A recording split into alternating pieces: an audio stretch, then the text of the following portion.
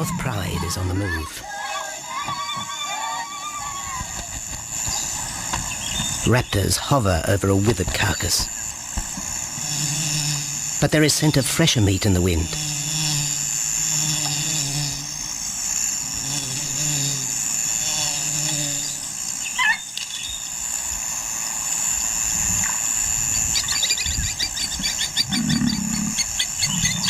Pickings have been slim for Nabamba's pride since her fight with a startled warthog.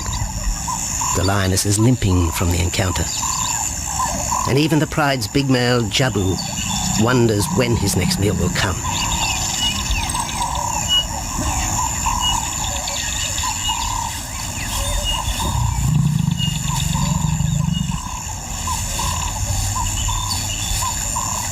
There's been no kill for 3 days, and Nabamba's cubs are hungry. Survival is tough across this tawny continent, and for the lions of Phinda Reserve, etched into the heart of Zululand, only those with speed and cunning will eat.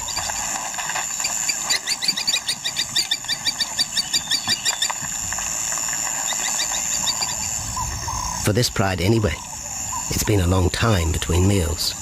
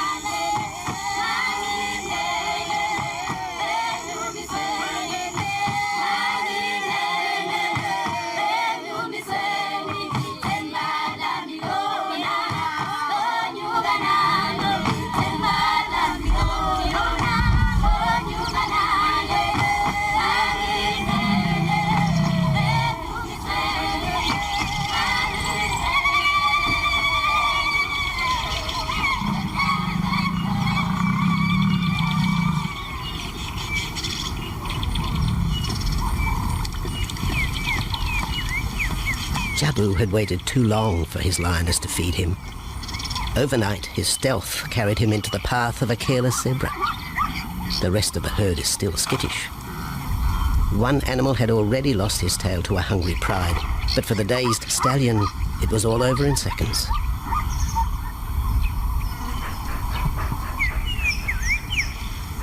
The big male watches his kill from a distance, exhausted by the chase, exhilarated by the sport.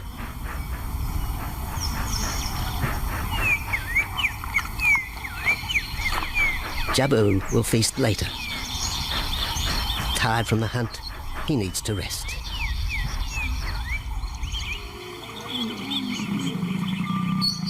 But his prey will be safe. Few scavengers will risk the sudden return of the Lion King.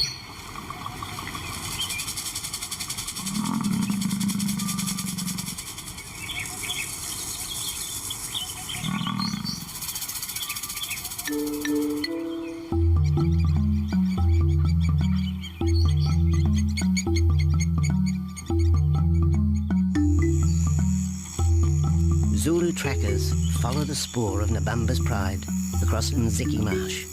This vast tract of savanna is favoured by the lions in the dry air of winter, but it's a region also shared by Phinda's giraffe and white rhino population.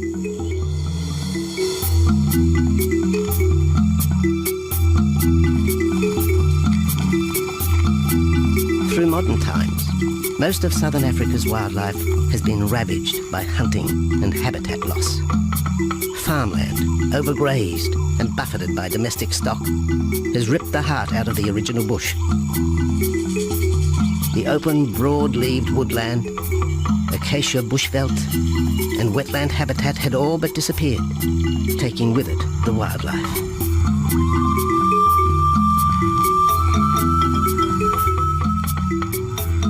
A few years ago, the Phinda project was born. 17,000 hectares of farmland bought up in KwaZulu-Natal along South Africa's eastern seaboard. What followed was the largest game restocking program ever seen on the subcontinent.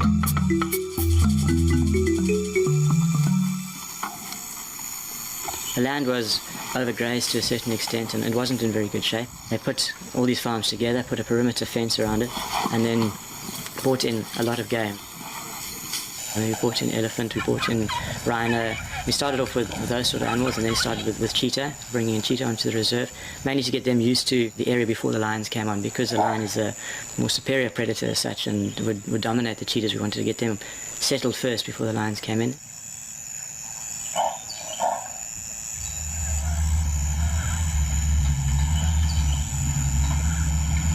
Andrew Lewis is habitat manager at Phinda, one of those committed to the restoration of southern Africa's ecosystem. Phinda is the Zulu word for return, and the aim of his company, Conservation Corporation Africa, is to return the land to its traditional wildlife and at the same time restore the habitat to its original state.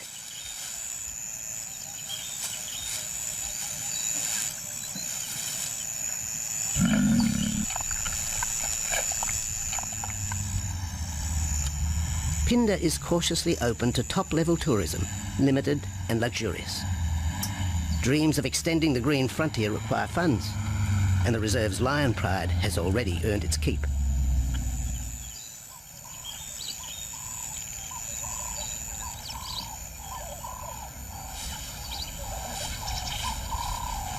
The lions on this property are actually generating revenue for the property through ecotourism, and that they are a benefit to the wildlife because of the draw card. There's a few animals, lions, elephants, for example, and rhinos, and possibly giraffes, but those are your main ones that people come to see. And we've been very fortunate to be able to have lions on the property, and I think those lions that we have given us amazing value for our guests, and by getting our guests in here, we're getting revenue into the area, and that's benefiting wildlife as a whole.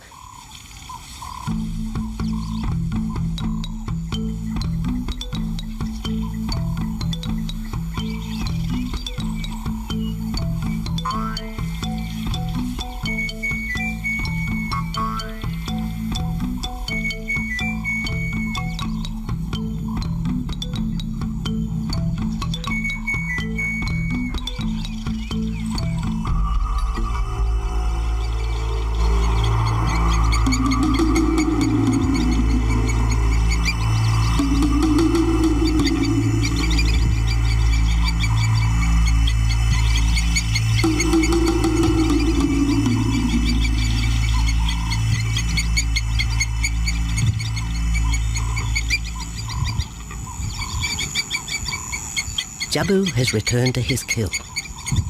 He licks the bloated carcass, but still there is no feeding. Lions will gloat over their prey, delaying the first bite until the meat ripens. For Jabu, the prospect of the meal is to be relished as much as the eventual feast.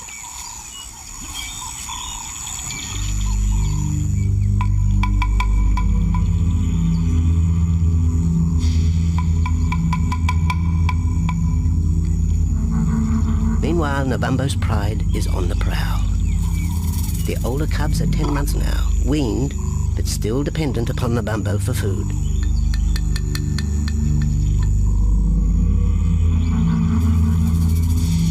The cubs are learning to stalk, but they won't kill for another 6 months. Young male lions are usually ejected from the pride when they are about 2 years old. Fending for themselves, they form hunting groups with other isolated males. Nabambo's cubs aren't sure what to do with prey so close, but the lioness isn't far behind. Their time for hunting will come. Nabambo's 4-year-old daughter also lives with the pride. She is the mother of the group's youngest offspring, 7-week twins Umveli and Damana. The little cubs have been hidden since birth, and now stay close within the protective circle.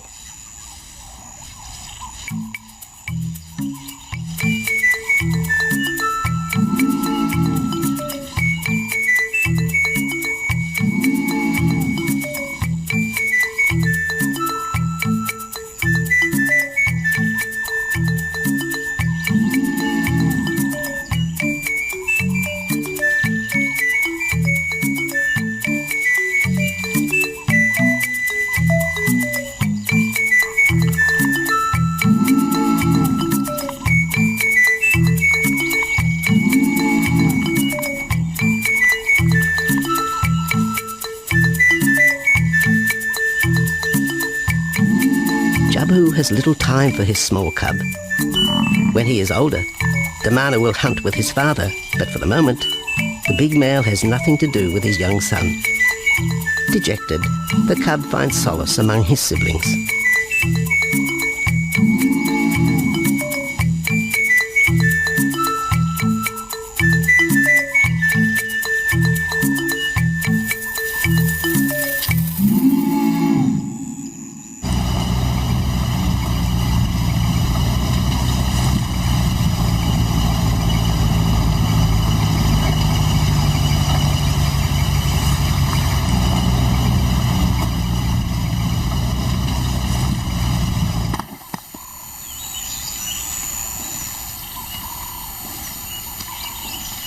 A young giraffe lies helpless in the grass.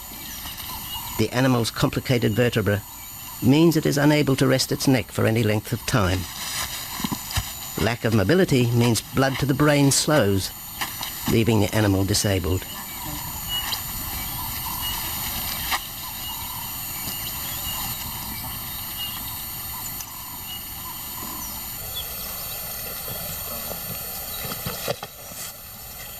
Efforts to lift the head fail, and rather than leave the giraffe vulnerable to predators, the young bull is shot by rangers.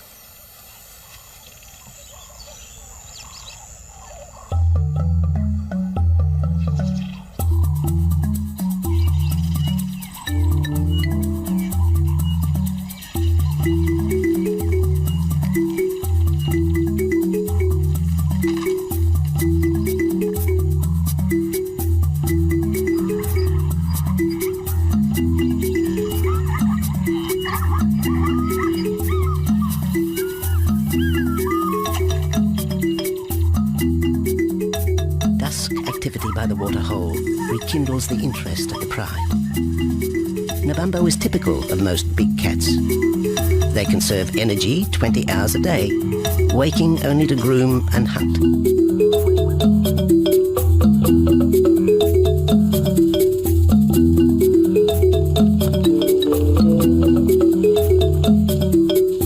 The lioness shows little sign of her injured leg, but the tusks of the warthog have torn sinew and muscle, slowing her in the pursuit of prey.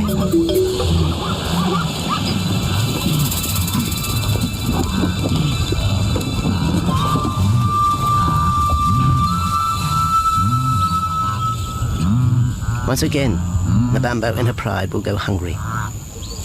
But the big lioness senses another kill nearby. A young giraffe slain by humans will provide meat for her cubs.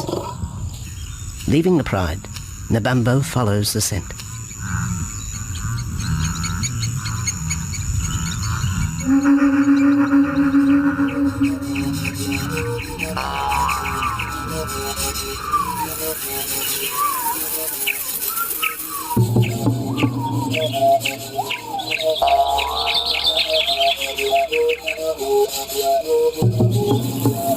Left alone, the older cubs know the drill.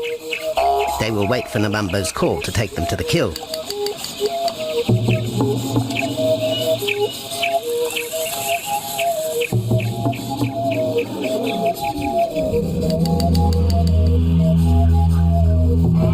The day moves into shadow.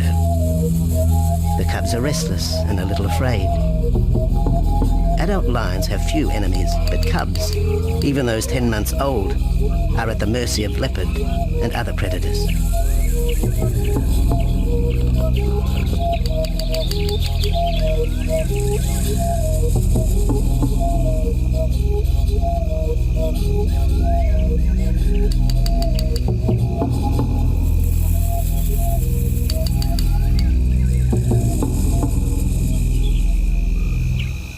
Nabambo has reached the kill, but her daughter is there first. Even though females hunt together, rivalry for the prey is fierce.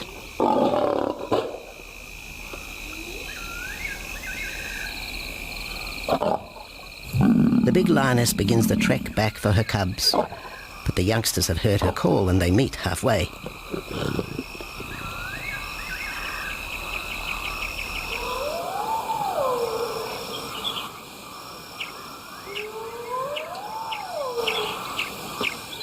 Nabambo settles herself in the long grass. The cubs are unfamiliar with her behaviour.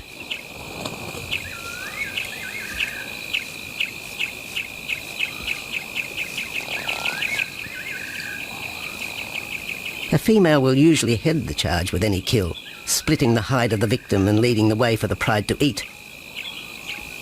But there is human scent around the giraffe, and the big lioness is cautious. She watches her cubs, hidden, alert to any potential threat.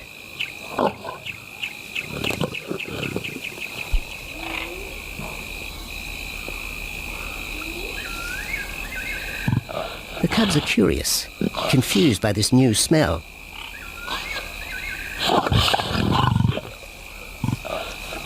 The lioness moves in for a final check, but she has already made up her mind. The carcass is tainted. There are foreign traces, a dangerous ambience. Instinct tells her this is not food fit for her cubs.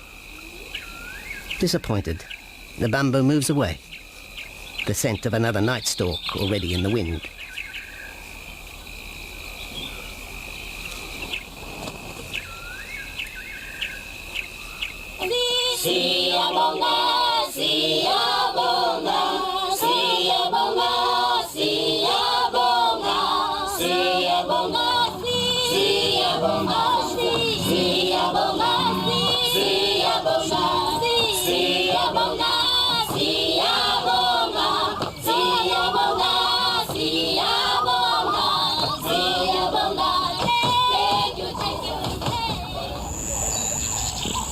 After 2 days, Jabu has returned to his kill with another younger male. 3-year-old Tembi is a son from a previous liaison with Nabambo, and the two paired up after Tembi was ousted from the pride.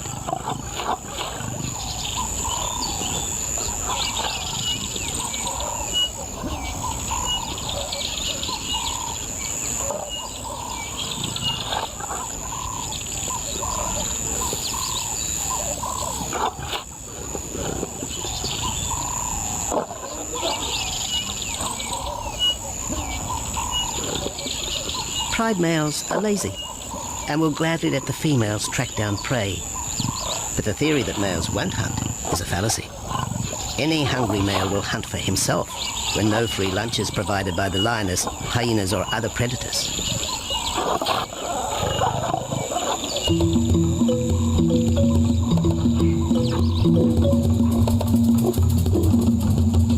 Smaller creatures scatter in the vicinity of the two lions.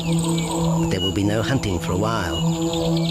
Bloated after the zebra kill, both males will sleep for the next day, oblivious of their surroundings.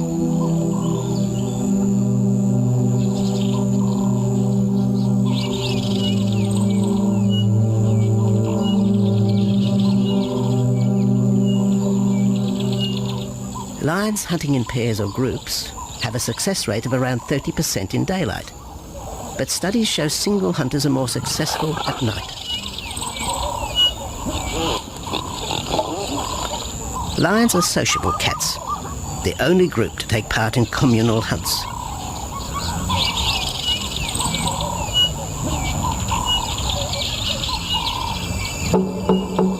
Ambush is an important part of the lion's strategy. Often one pride female will round up the prey from the front, driving it towards a second lioness.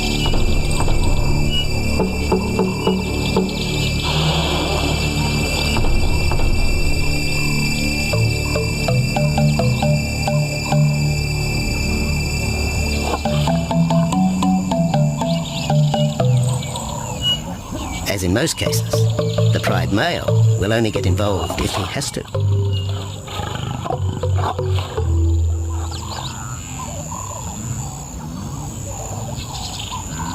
Accidents involving humans are rare in southern Africa's game reserves. Our primal fear of being eaten has been well documented, but in fact, lions seldom attack if they're not provoked. At Phinda, great care is taken to limit the number of people viewing game. Emphasis is placed on causing the animal as little stress as possible.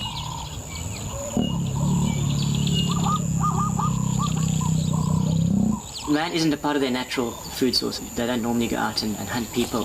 I think your lions are opportunists though, and I certainly think that if your lion is very hungry, under stress, I don't think they'll necessarily go out to hunt you down, but if you interfere with them, they'll certainly kill you. And there's a good chance they might eat you at the same time.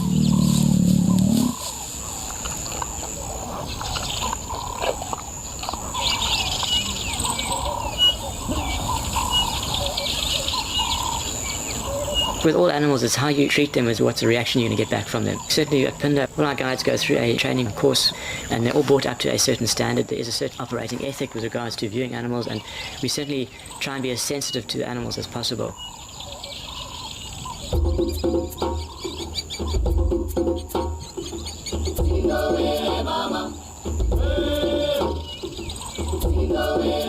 Cradled within the arms of the Ubomba Mountains and the Indian Ocean, Phinda covers one of the most diverse regions of Africa.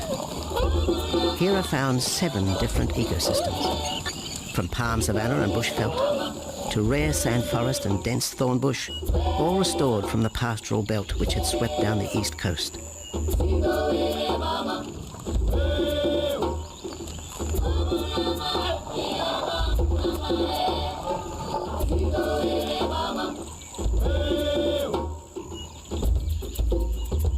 Where cotton, pineapple and cattle farms once stood, lion now roam their habitat again, alongside some traditional neighbours.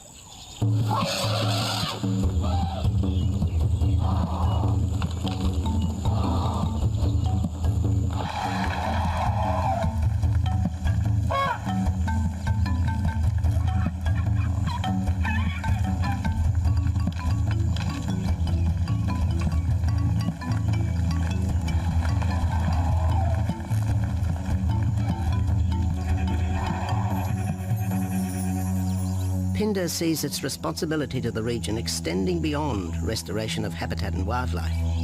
It provides schools and a clinic for the local Zulu community, as well as employment.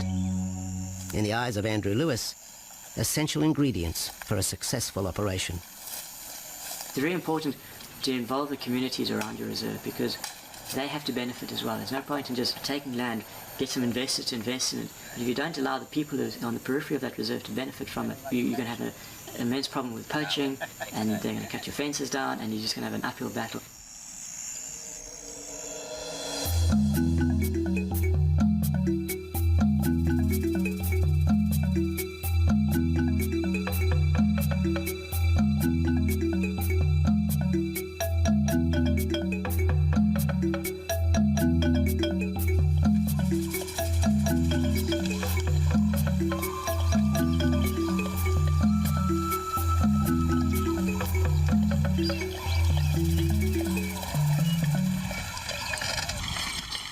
In 1992, the Phinda lions were among the first of the big 5 animals to be relocated to the reserve.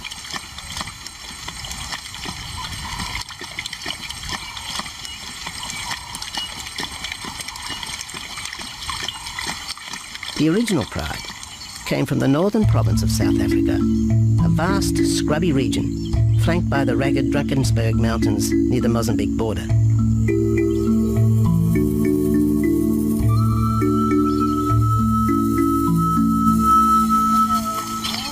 Peter Rogers helped round up Phinda's first pride, handling the lion's capture and subsequent move south. Today, he's head vet at the Hoedspruit Research and Breeding Centre for Endangered Species, overseeing its cheetah breeding program.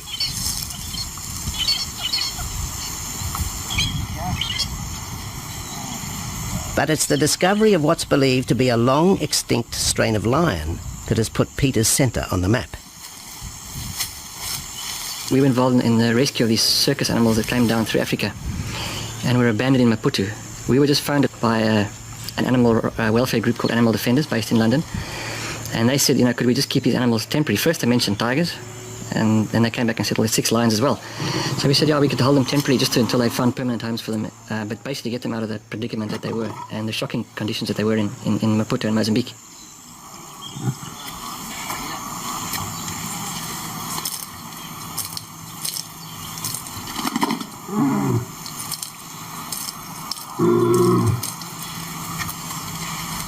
When the lions arrived at the breeding centre, Their size, pale colouring, and the male's thick black belly mane put them into the category of the Cape or Barbary lion, not seen in the wild since the early 1920s. A few still exist in captivity, and a male and female were brought to South Africa from an Italian zoo for breeding purposes. But attempts to mate Akef, the big male from the ill-fated Mozambique circus, with the Italian female are proving difficult.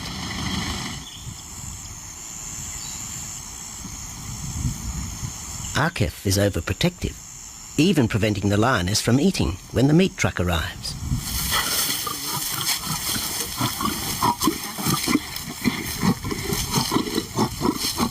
Finally, though, Sisi makes her breakthrough.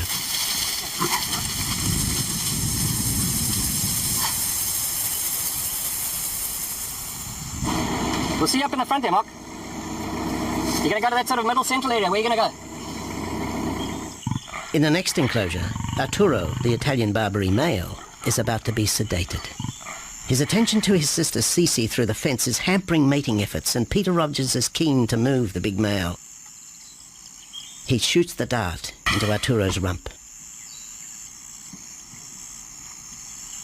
Arturo has been sterilized, but while his breeding days are finished, he'll live out his days at the center. 1.5 minutes now, so... His female companion, another Barbary from the Mozambique circus, is drawn away by the meat truck.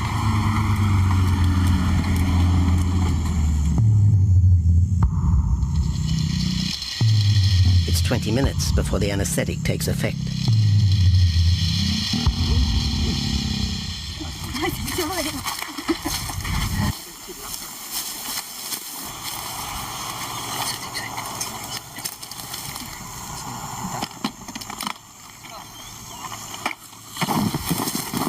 It's nice to be the supervisor. Slowly.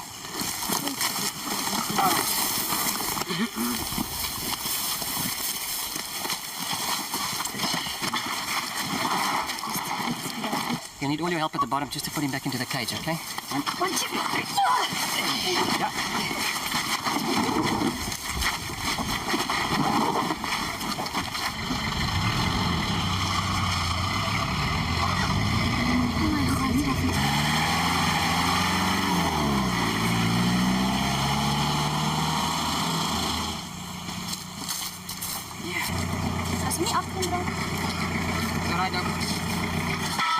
The anesthetic gives Peter Rogers and his team a chance to check over the 12-year-old lion. He'll spend a few weeks in this cage before being returned to his enclosure for observation. I still want to inject him and everything, Mark.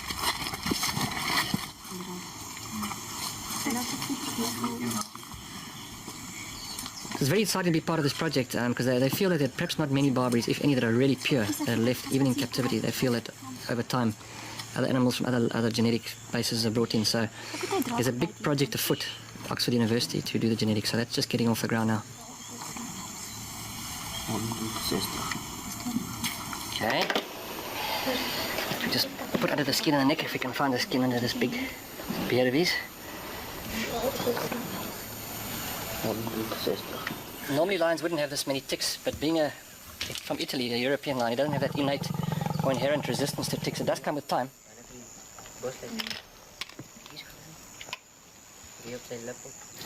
Like a bit of a bit like this. What we can do is put him in there and roll him over inside there. Immediate term now is to get these ones to breed. And we'll take it day by day from there and see how it goes. But the prime object initially was just to get these animals back into good health. And it's developed into something a lot bigger.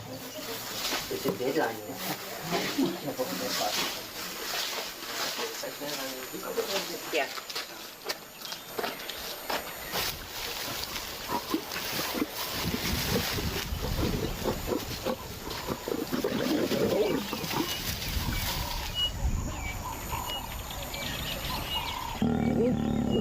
While the breeding centre's lions are healthy, it's not the case a few kilometres away in the Kruger National Park, where TB has ravaged half the population.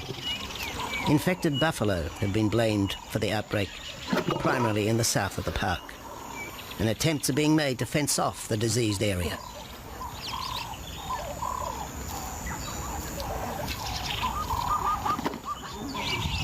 and the lions are preying on infected buffalo. Because it's an exotic disease and not an indigenous disease, the lions are totally naive and they've got no resistance to it. So it's a big problem. It's a very difficult decision to make as to what to do. It's a very topical and heated subject at the moment.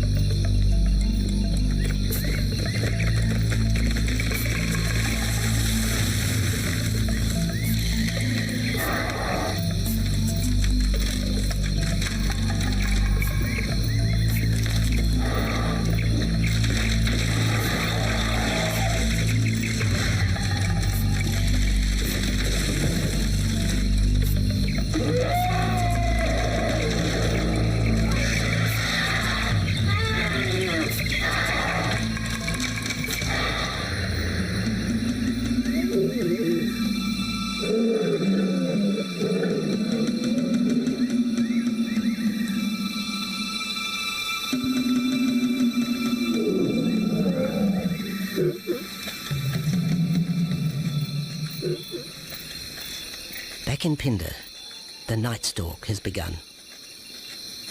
Nabambo keeps her cubs close. They're hungry, but tonight only impala can be tracked down, a morsel for the lioness. Food is scarce at this time of year, so the pride's territory covers a large area. Lions can only afford to be territorial where there is a reliable supply of game.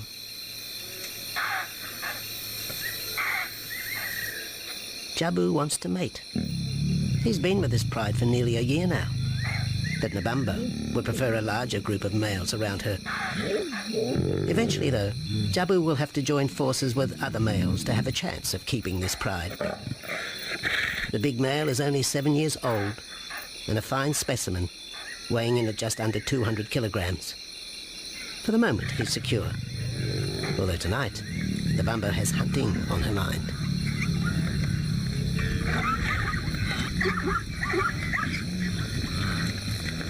The cubs follow in the lioness's wake. If there is a kill, she will feed first. Often, weak cubs lose out to a hungry mother. High juvenile mortality rates are the result of lean times.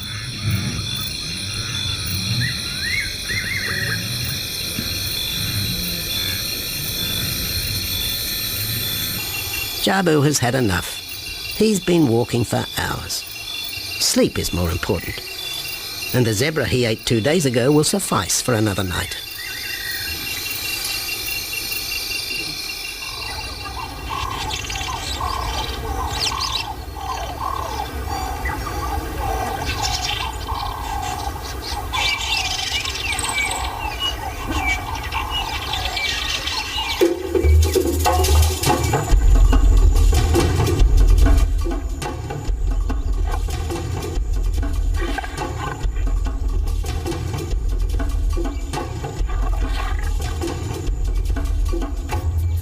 Nabambo has made a kill, a young Nyala buck. It's been 3 days since the pride has eaten, and this will provide meat for them all. But the lioness will eat first.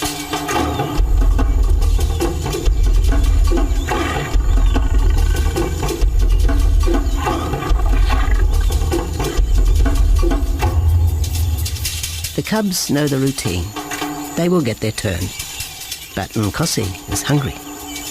He creeps towards his mother. As the biggest of the cub,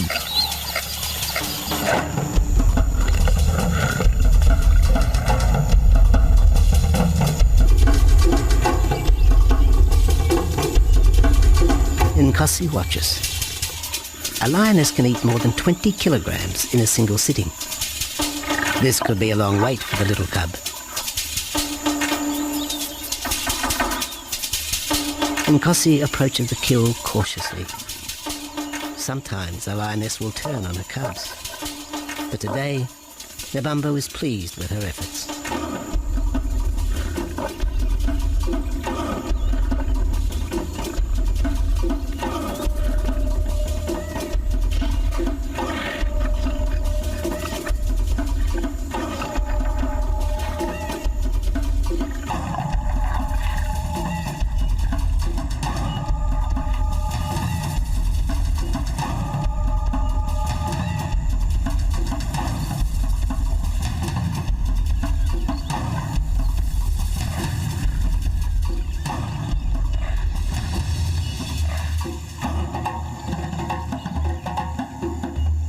Nebambo has had her fill, for the moment anyway.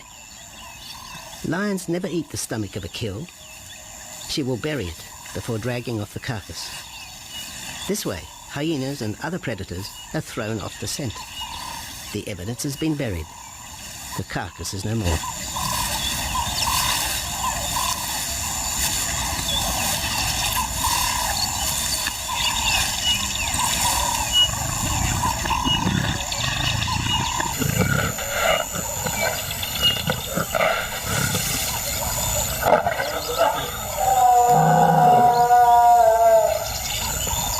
Nebambo's daughter hears the call. It is the second this morning. The first was the strangling cry of the Nyala as Nebambo broke the young buck's back. There was no struggle. The big lioness is a seasoned hunter.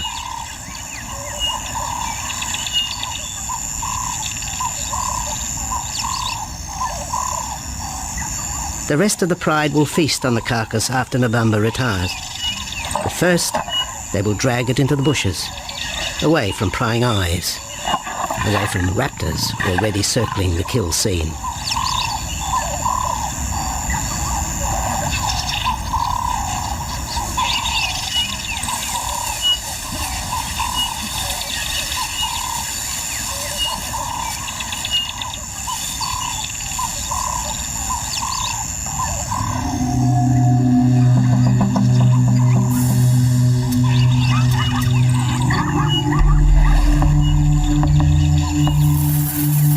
Has created a nervous edge.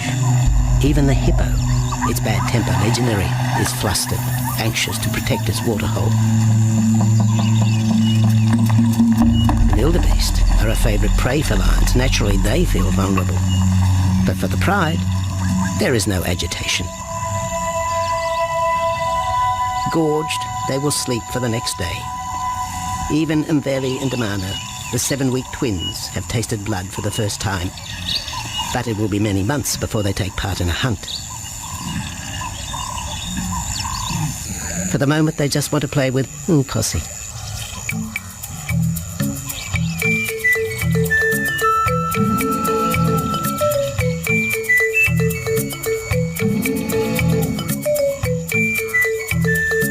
The older cub is beginning to take on the shaggy mane of the bigger males. Within 18 months, he will be hunting with them, competing for his own pride. In the meantime, though, he has to contend with his young siblings.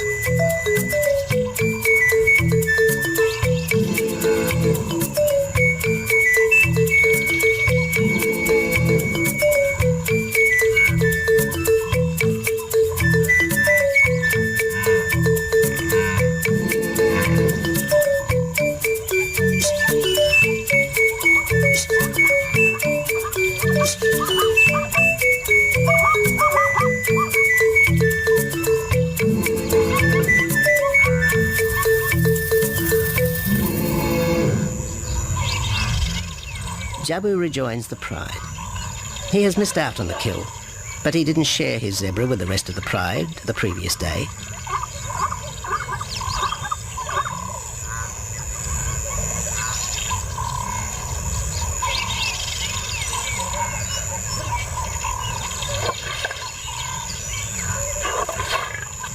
A half-hearted attempt at mating, but the big lion's attention is drawn to a curious onlooker.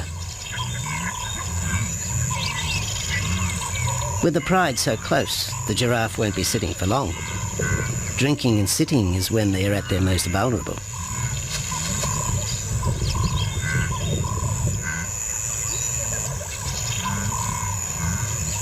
Jabu keeps an eye on his group.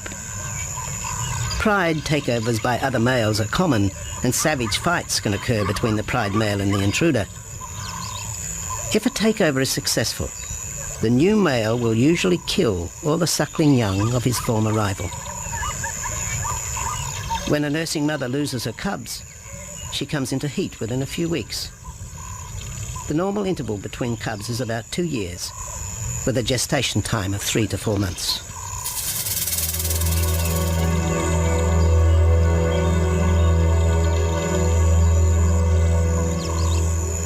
Jabu marks his territory, but it may soon be all in vain. A fresh infusion of lion genes is necessary to avoid the effects of long-term inbreeding. It's likely Jabu and his son Tembi will be swapped for males from another game reserve. This will broaden the bloodlines of future lions and avoid the genetic risks currently facing the pride at Phinda.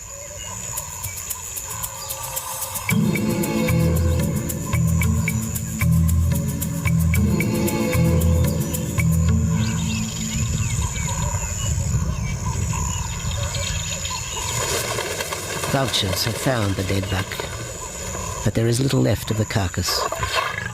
November and her pride have eaten. The big lioness tries to dislodge Inyala fur from her teeth. Tomorrow, the next day, there will be another kill. November's cubs will grow up strong.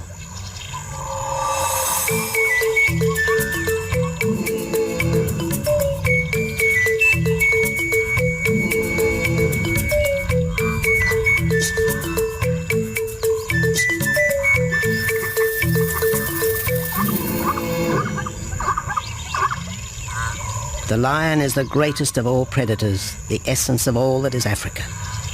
And yet, there are fewer than 50,000 left in the wild. The future for the species lies in managed reserves such as Phinda. Here in Zululand, the lion roams free for the first time since the beginning of this century. At Phinda, the philosophy has always been simple. Africa's wildlife land, undervalued and underutilized, is the continent's most precious natural resource.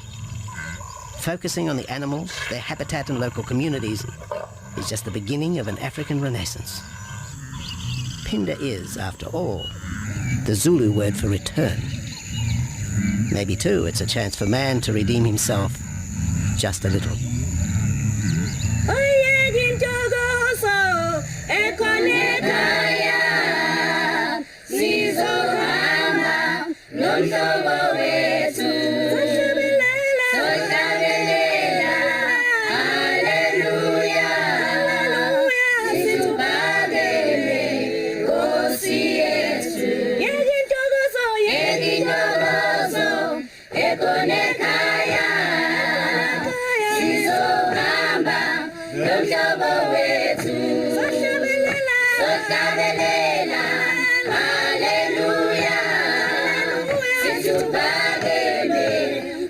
Hallelujah.